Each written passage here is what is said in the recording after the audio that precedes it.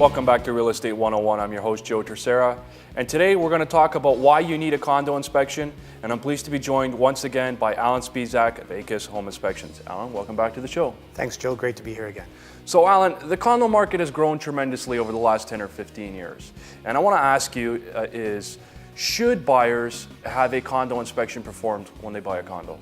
Absolutely, Joe.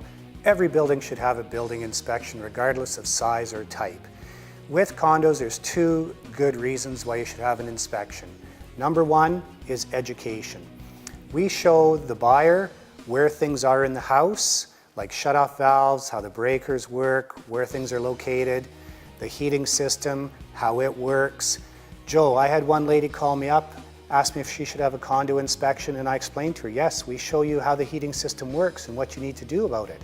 She says, I don't have a heating system. I said to her, if you live in Canada, you have a heating system. So what's the second reason?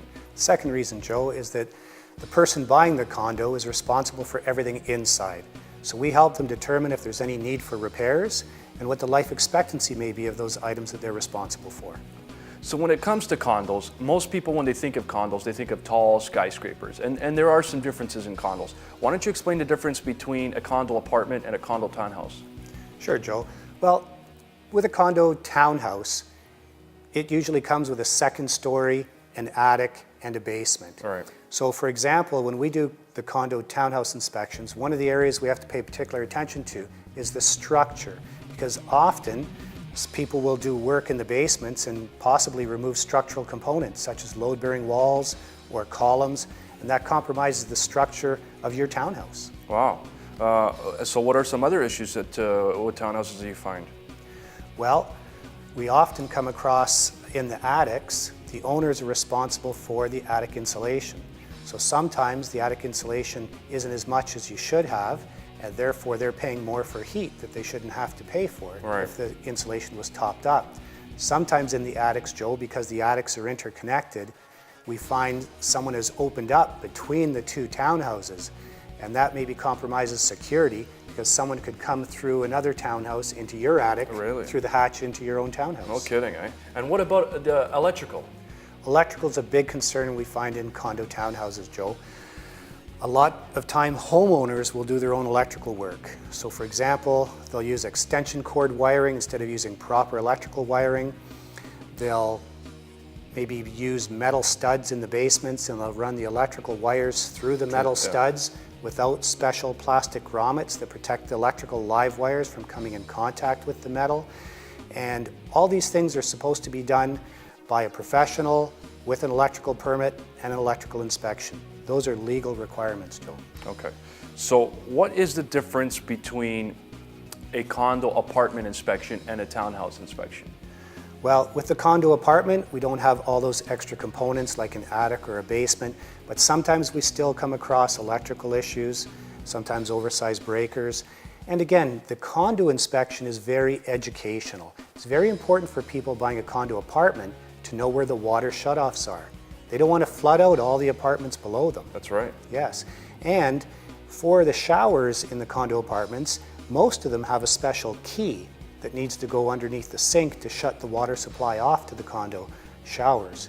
And if that key's not there, we'll write in the report for the purchaser or the real estate agent to find out from the superintendent or the condo corporation where that key is in case of emergency to shut the water off. So what about common areas? Is there a need to inspect them? Although they technically belong to the condo corporation and they're shared mutually by all unit owners, is there a need to inspect them? It's not really part of our inspection process, Joe. We do a cursory of common areas, and if we do see anything that should be identified and maybe a letter sent to the condo board to bring it to their attention, we'll do that in the report, but not specifically common areas. That's usually covered off, Joe, in the status certificate. And again, we always urge the purchaser to review their status certificate with the lawyer that outlines the responsibility of the condo corporation, what they do, and of course their budgets for those common areas and capital improvements. That's right. Okay, so what about heating and cooling in condo apartments? Very good. It's, as I said earlier, an education.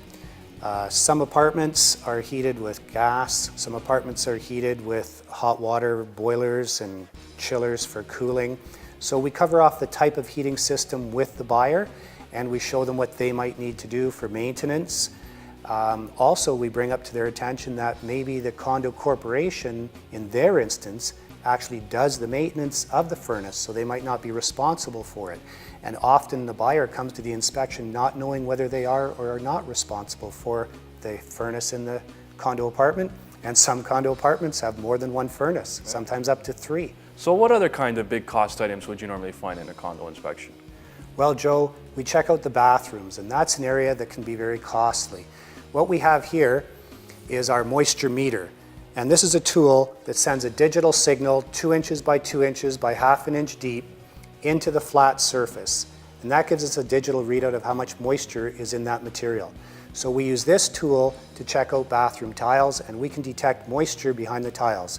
In the case of this elderly gentleman I did an inspection for, he didn't expect anything wrong with the condo. I found a lot of moisture behind the tiles. It was going to cost him between $2,000 to $3,000 to redo his bathroom showers. And I saved him that on the cost of the condo inspection. That's right.